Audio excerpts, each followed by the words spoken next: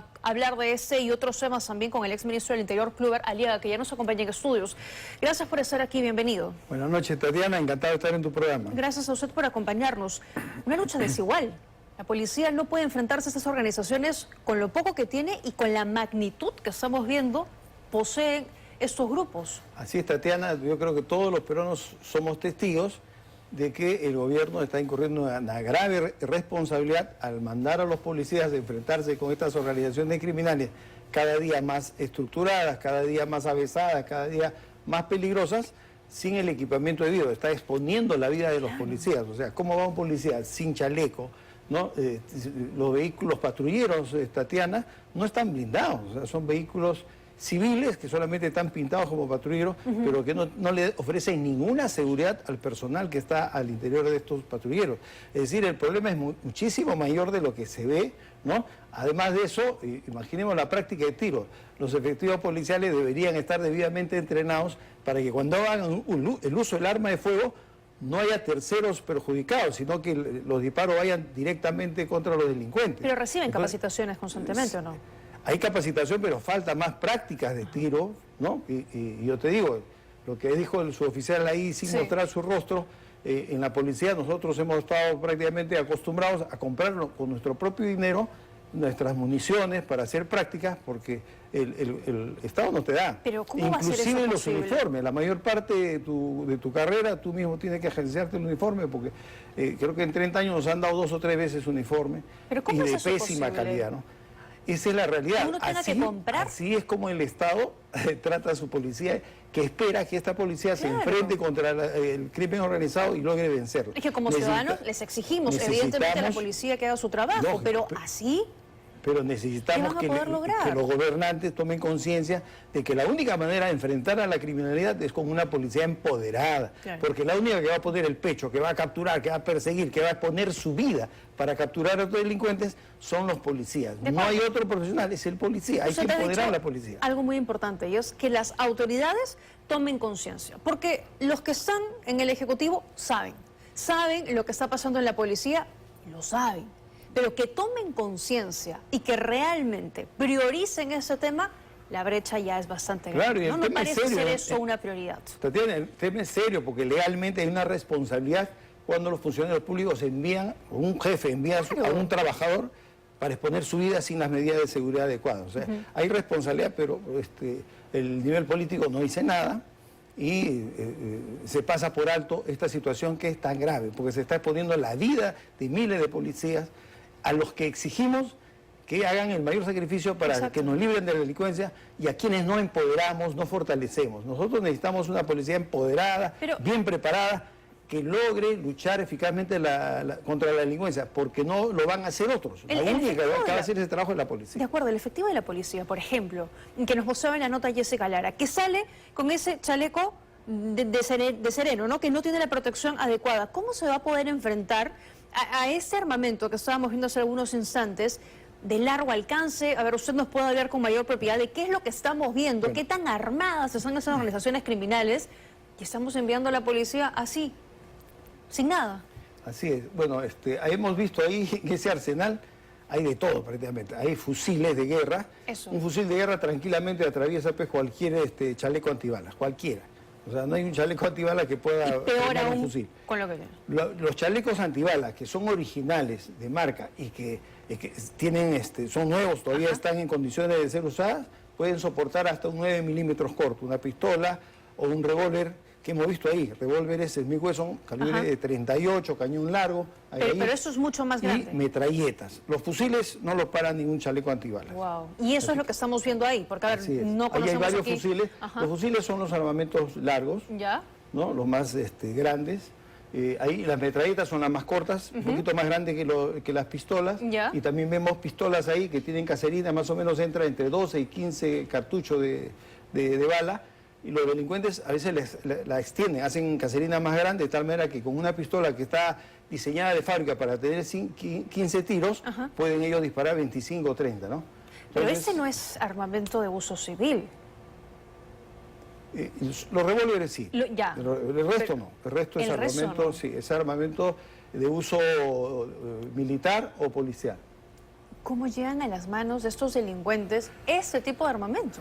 Bueno, hemos visto que nuestras fronteras son bien grandes, algún armamento es despojado, robado a los propios policías, extraído de los cuarteles militares y también entra por contrabando. O sea, hay diversas formas en las que los delincuentes se agencian de armas, ¿no? ¿Y esto ha incrementado en los últimos años? Yo creo que todos los peruanos somos testigos cómo la delincuencia barrial, las bandas organizadas están mutando a crimen organizado, que ahora se dedican a las extorsiones y al sicariato, mucho más peligrosas, mucho más complejas de combatir, mucho más difícil, digamos, de poder sacarlo de circulación.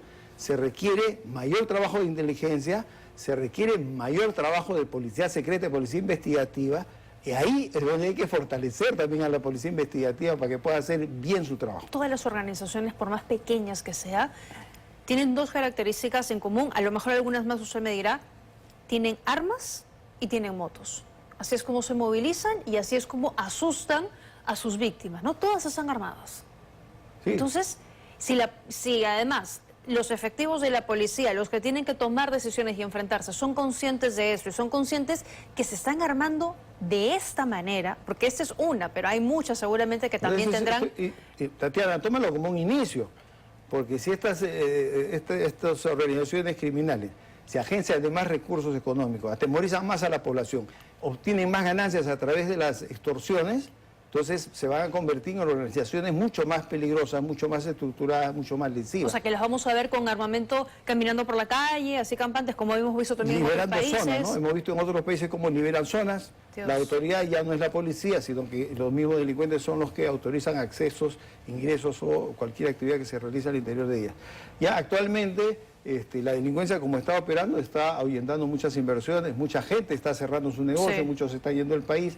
El tema es muy delicado. Y repito, la estrategia para ganar esta lucha contra la criminalidad es empoderar a la policía. No hay otra forma. Claro, pero con recursos, ¿no? Con recursos, definitivamente.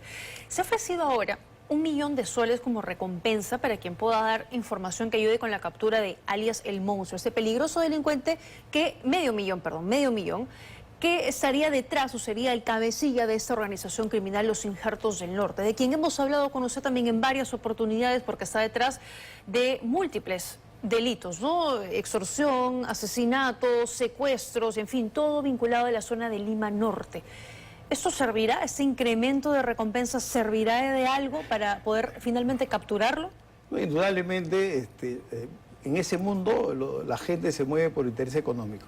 Estos delincuentes se meten en actividades delictivas por obtener ganancias ilícitas de manera rápida. De tal manera que un ofrecimiento de este tipo va a mover a mucha gente, si es que lo logra ver, a querer ganarse ese dinero y poder delatarlo. Pero ellos también manejan mucho dinero, ¿no? Así es. La policía lo que hace en estos casos es manejar en reserva, en secreto, la identidad del informante para que no se sepa quién es y se le alcanza pues el dinero que ha permitido, digamos, producir la captura de este sujeto.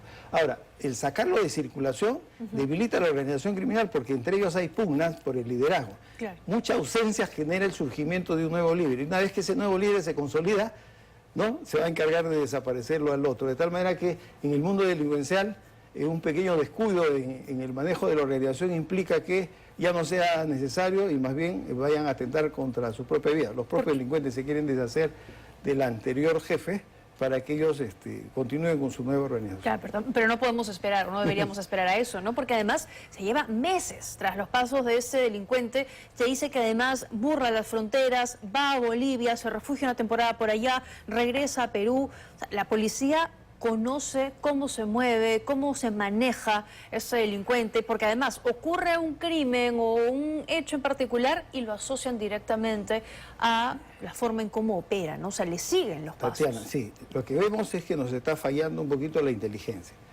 Una organización policial con una buena inteligencia sabe lo que está pasando en todos los lugares donde hay crimen organizado. Tiene informantes, tiene confidentes, tiene colaboradores o en todo caso ha infiltrado a algún agente.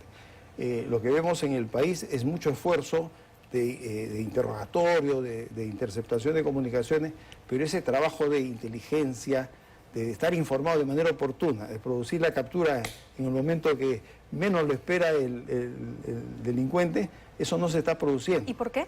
Porque se ha descuidado el tema de inteligencia operativa policial. Recuerda que la policía ya no maneja toda la investigación como antes y eso genera que no se puedan tomar decisiones por propia iniciativa. Y eso es lo que favorece el accionar de las organizaciones criminales, ¿no? Imagínate, la DIRCOTE, con las leyes que tenemos ahora, jamás hubiera podido capturar a Abimael Guzmán.